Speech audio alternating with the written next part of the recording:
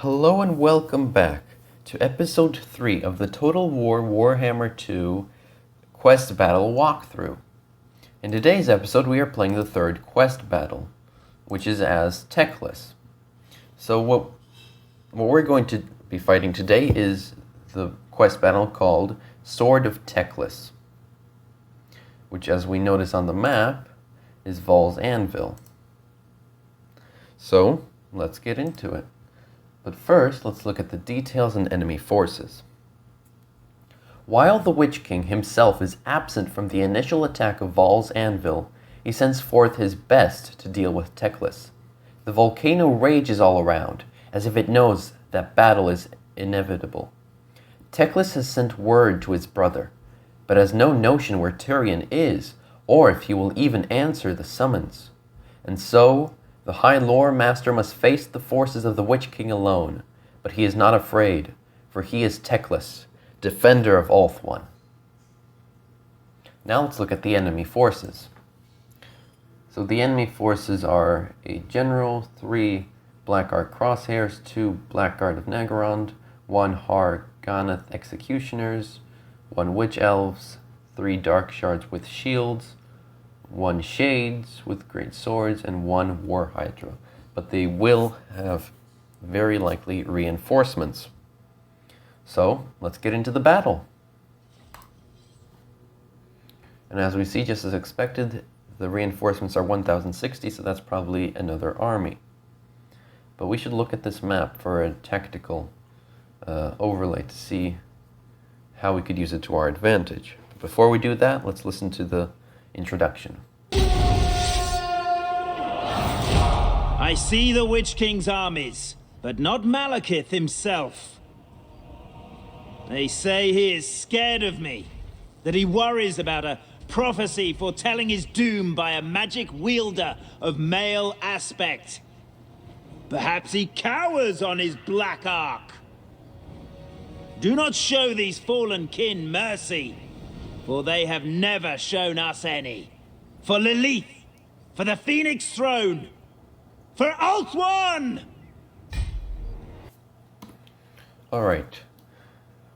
So, as I was saying, let's look at the map here and decide how we want to set up.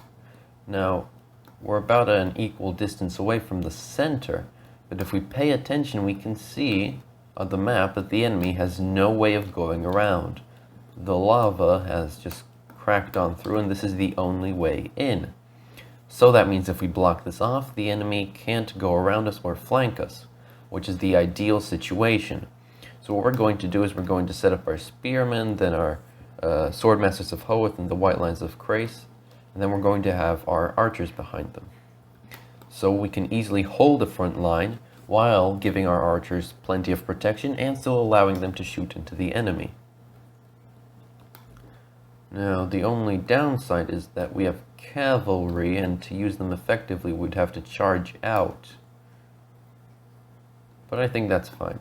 My biggest worry is the enemy's Dark Shards and Shades plus the War Hydra. The infantry or archers will make short work of, but I want to save a good amount of ammunition to deal with the Hydra. Alright, so enough talking and let's start setting up.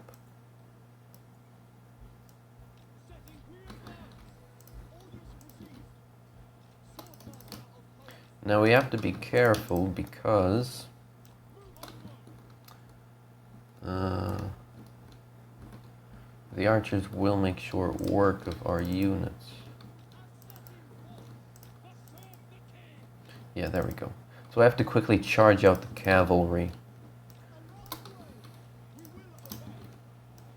This is just a rough setup just to give me an idea of how I'm going to do this.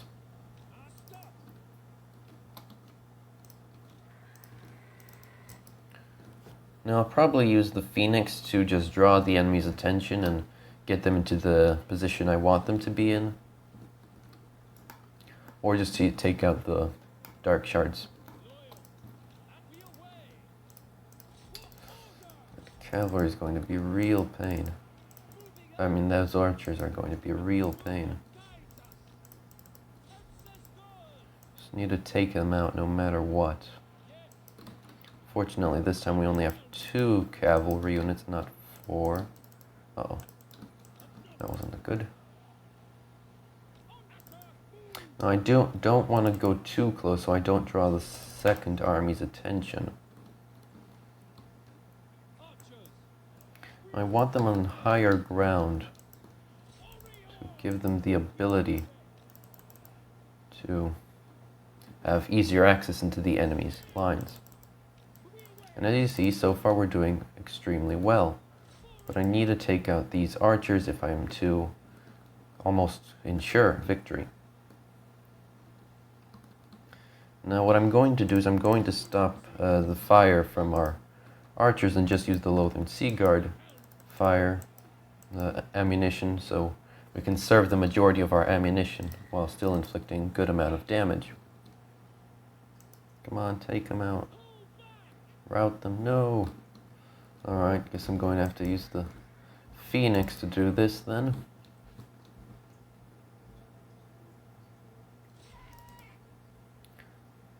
Yeah, I'm going to go after the archers actually. Now the great thing about Teclis is he has magic, so makes him very effective at dealing with these large crowds of enemies.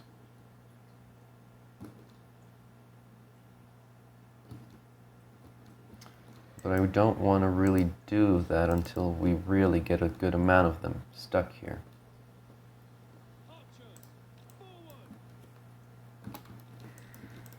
I want to move that Phoenix out of the way. I wanted to use him to engage the archers, but they're quite close to the main army and I don't want to trigger the entire attack. Oh, the cavalry's back. Well, they won't really be useful to us anymore. Yes, rout the archers. Very good. Uh-oh. Alright, so now I'm just trying to inflict as much damage before the main force actually arrives. And that will include toggling on fire at will. Yeah, that should do it. So I want to focus my attention on the Hydra. Okay, chain lightning causes major magical damage, large randomly multiple opponents. How far do you need to be? Right, move up. Right, conserve ammunition.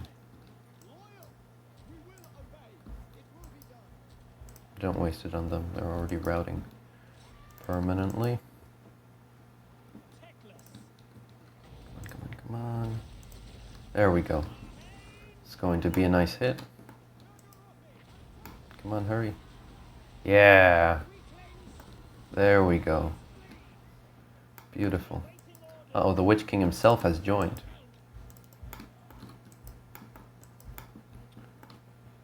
Oh, no. That's fine.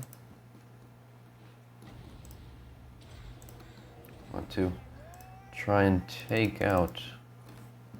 Oh, they're actually getting quite close. I'll toggle on fire at will.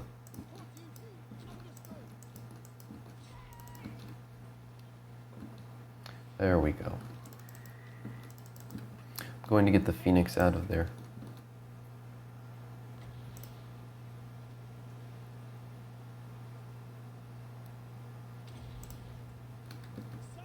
I want to hit as many units as possible.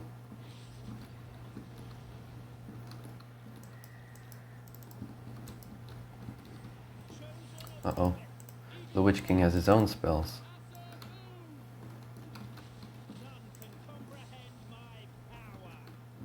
Uh-oh. Now it's going to get a bit intense. Tyrion has arrived.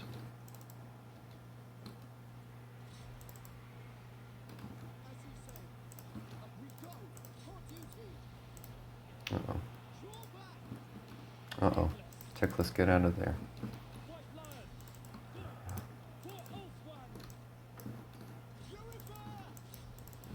Uh-oh. Oh, boy. Oh, the Hydra got through. want to move Teclis out of the way.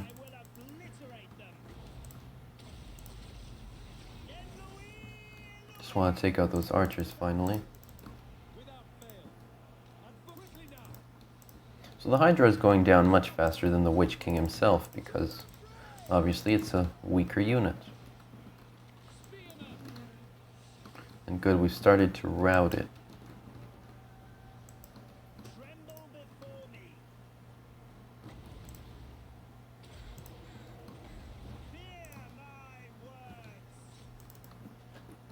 So yeah, Tyrion's just going to finish up.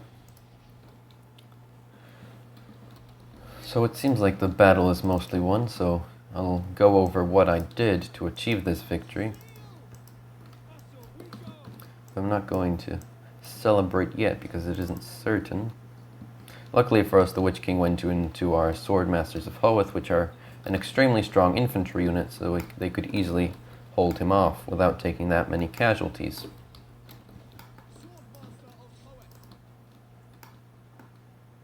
Yeah. Alright, so the battle seems to be won. For the most part. Oh, we lost the Phoenix. No. Our beautiful Phoenix. Oh well. It was just a distraction to stop the enemy cavalry, really. So what I did in this battle is you want to use this narrow corridor, this only entrance, to your advantage. So you want to completely block it up with all of your infantry. Then what you want to do is you want to have your archers stand behind them to allow them to shoot over them while they're still being protected by the infantry in front of them. And then you just want to keep the artillery where it was. I accidentally was moving it.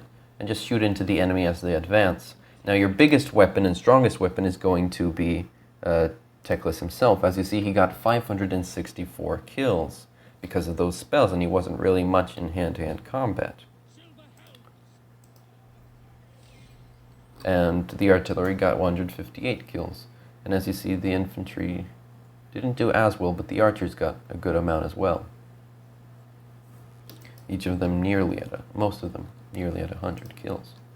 So Teclis did the majority of the work by using his spells to really wipe out the enemy force before they could arrive. So you really want to use that to your advantage. But don't use the spells too early. Wait for the entire enemy force to gather around here. I could have used the spells back there, but I decided to wait until here because this is such a narrow corridor that they're forced to put all their units together. And as you saw with the first spell I used, they just bunched up and they were a very easy target, which killed a lot of them very quickly. So set up a front line, use your archers to your advantage, flank with the cavalry, and use spells as your primary weapon. Alright, let's see at the results of the battle. I wouldn't say it was a close victory. Our lines were starting to waver a bit, and we were taking serious casualties with Malekith and the Hydra, but towards the end of the battle we started to rout them, so I don't think I would consider this a close victory. Alright, let's see the results. We have lost 460 soldiers out of the 1,694 soldiers we had, so that means we didn't really take that many casualties. Now, although the enemy came with a smaller force, if you just say army per army, but they had 3 armies altogether, so in general it was a larger force, much larger of an army we were fighting with.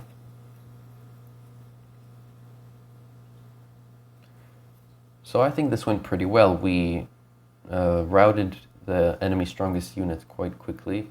We defeated a good amount of their units, and they didn't kill that many of our soldiers, except our cavalry and some of our spearmen.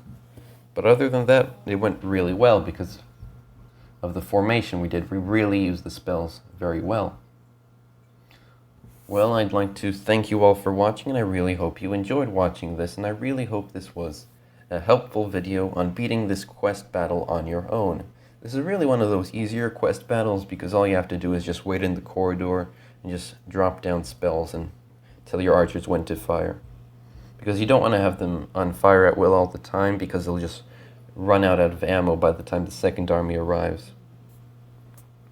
Alright, well, thank you for watching, and I hope to see you watching next time, and goodbye for now.